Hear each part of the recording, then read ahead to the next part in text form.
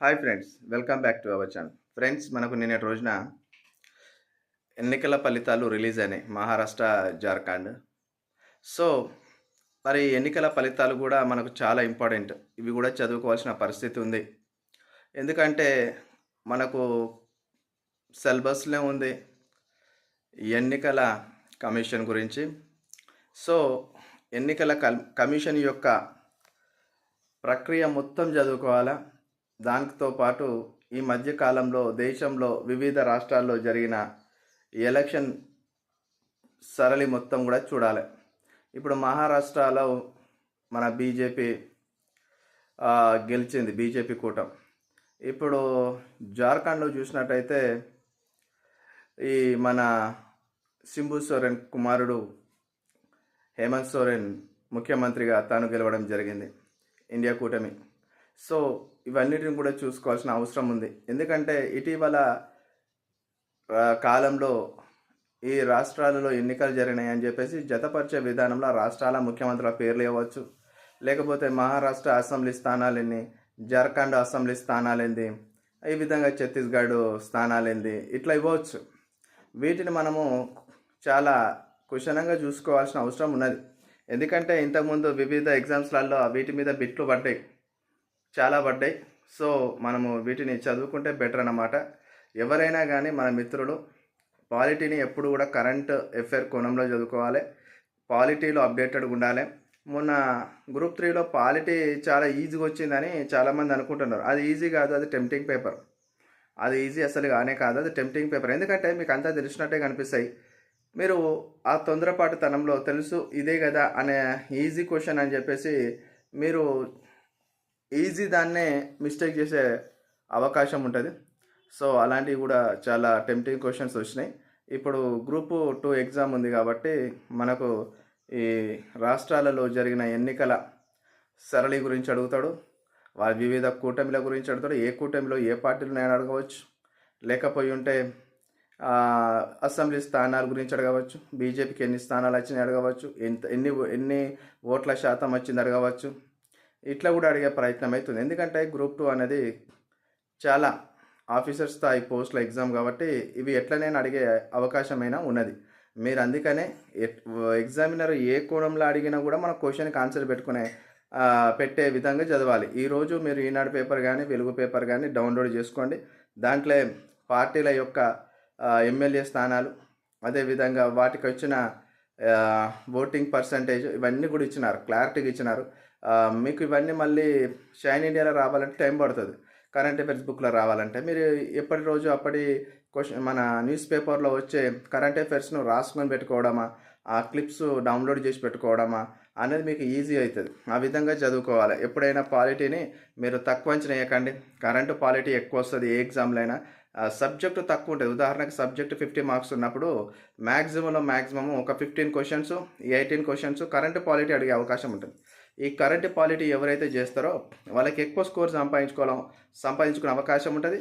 వాళ్ళు ఖచ్చితంగా ఉద్యోగము పొందడానికి అవకాశం ఉండే ఒక స్పేస్ ఏర్పరచుకున్న వాళ్ళు అవుతారు. కాబట్టి మంచి మార్కులు సంపాదించుకోవాలంటే current polity, current economy, current affairs ఇవన్నీ కూడా మనం అప్డేటెడ్గా ఉండాలి. Science and technology current affairs, అదేవిధంగా నేషనల్, ఇంటర్నేషనల్, రీజనల్ ఇవన్నీ కూడా ఇంపార్టెంట్.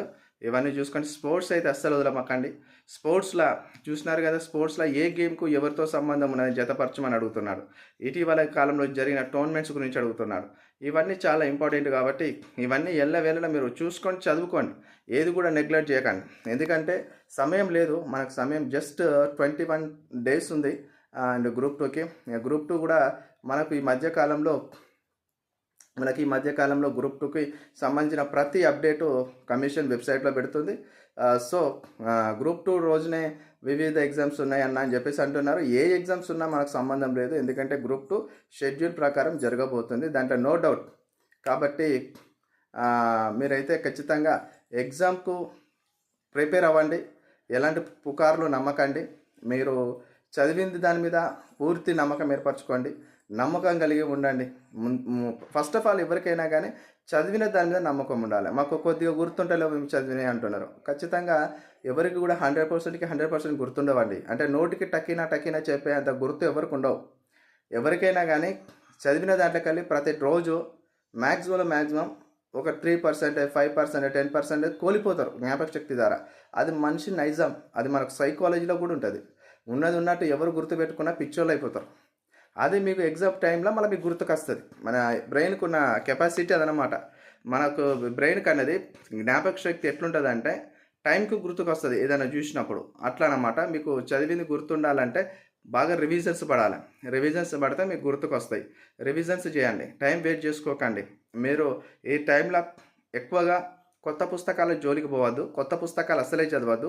పాత పుస్తకాలు ఏవైతే పాలిటీకి చదువుతున్నారో ఆ పుస్తకాలని చదవండి. ఎక్కువగా మనకు ఈ యొక్క ఫండమెంటల్ రైట్స్, ప్రాథమిక హక్కుల గురించి చదవండి. ప్రాథమిక విధుల గురించి చదవండి. ఎక్కువగా ఈ మనకు మహిళా సంక్షేమ వాటి మీద వచ్చిన తీర్పుల గురించి చదవండి. అంటే ఉదాహరణకి ఉమెన్స్ వరకట్న నిషేధం మొన్న వచ్చింది రీసెంట్లీగా. అదేవిధంగా గృహహింస మొన్న వచ్చింది రీసెంట్లీగా. అదేవిధంగా బాల్య వివాహం నిషేధం వచ్చింది మొన్న రీసెంట్లీగా. వీటి మీద డెప్త్ చదవండి. వాటికి అనుసంధానంగా ఉండే ఆర్టికల్స్ ఉంటాయి. ఆర్టికల్స్ గురించి చదవండి. ఎక్కువగా మహిళల మీద ఎక్కువ ఫోకస్ చేస్తున్నాడు ఎగ్జామినర్. మహిళల గురించి, మహిళలకు సంబంధించిన ఆర్టికల్స్ గురించి, మహిళలకు కావాల్సిన రక్షణలకు సంబంధించిన ఆర్టికల్స్, వాళ్ళ హక్కుల గురించి సంబంధించిన ఆర్టికల్స్, ఇవన్నీ ఎక్కువ ఉన్నాయి. మొన్న మనకు రీసెంట్లీగా మనకు రిజర్వేషన్ బిల్ వచ్చింది. మహిళా రిజర్వేషన్ బిల్లు, అది చదవండి. మళ్ళా మనకు నూతన న్యాయ చట్టాలు వచ్చినాయి 3. ఆ 3 నూతన న్యాయ చట్టాల గురించి బాగా చదవండి. అదేవిధంగా మనకు ఎలక్ట్రల్ బాండ్స్ వచ్చినాయి. ఆ ఎలక్ట్రల్ బాండ్స్ గురించి చదవండి బాగా. ఇవన్నీ ఎందుకు అని అంటే ఇవన్నీ కరెంట్ అఫైర్ బిట్సే. వాటి మీద కూడా క్వశ్చన్ పడతాయి. ఇవన్నిటి మీద కూడా క్వశ్చన్స్ పడతాయి. ఎలక్ట్రల్ బాండ్స్ గురించి చదవండి. ఖచ్చితంగా అది ఇంపార్టెంటే. ఆ దేశాన్ని మొత్తం కుదిపేసింది. దాని మీద సుప్రీంకోర్టు న్యాయమూర్తులు కూడా జడ్జిమెంట్ ఇచ్చినారు. అది ఫండమెంటల్ రైట్స్కి అగెనిస్ట్ అని చెప్పేసి మాట్లాడినారు. సో మీరు ఖచ్చితంగా ఇవన్నీ చూసుకోవాలి. ఎందుకంటే ఎగ్జామ్ వస్తుందా రాదా మీకు అవసరం లేదు. ఎందుకంటే ఎగ్జామినర్ ఏ కోణంలోకి వెళ్ళి అడిగినా కానీ మనం క్వశ్చన్ చేసే విధంగానే ఉండాలన్నమాట. లేకపోతే ఇబ్బంది అవుతుంది. ఇప్పుడు త్రిపుల్ తలాక్ కూడా ఉంది. దాని గురించి కూడా చదవండి. అది మహిళలకు సంబంధించిందే. అదేవిధంగా జమ్మూ కాశ్మీర్, దాని గురించి కూడా చదవండి. ప్రతిదీ చదవండి. ఎక్కడ కూడా మీరు ఏ చిన్న అంశం కూడా నెగ్లెక్ట్ చేయడానికి అవకాశం లేదు. ఎందుకంటే పోటీ ప్రపంచంలో ఏ మూలకెళ్ళి బిట్టుపడుతుంది, ఏ కార్నర్కి వెళ్ళి బిట్టుపడుతుంది, ఎక్కడికి వెళ్ళి బిట్టుపడుతుంది ఎవరు ఎక్స్పెక్ట్ చేయడానికి వీలు లేదు. ఇప్పుడు మనకున్న గ్రూప్ 2 కావచ్చు, ఇంకేదైనా ఎగ్జామ్ కావచ్చు, మనకు అబ్జెక్టివ్ టైప్ జరిగేదంటే మనకి ఇంపార్టెంట్ బిట్స్ ఉండవండి.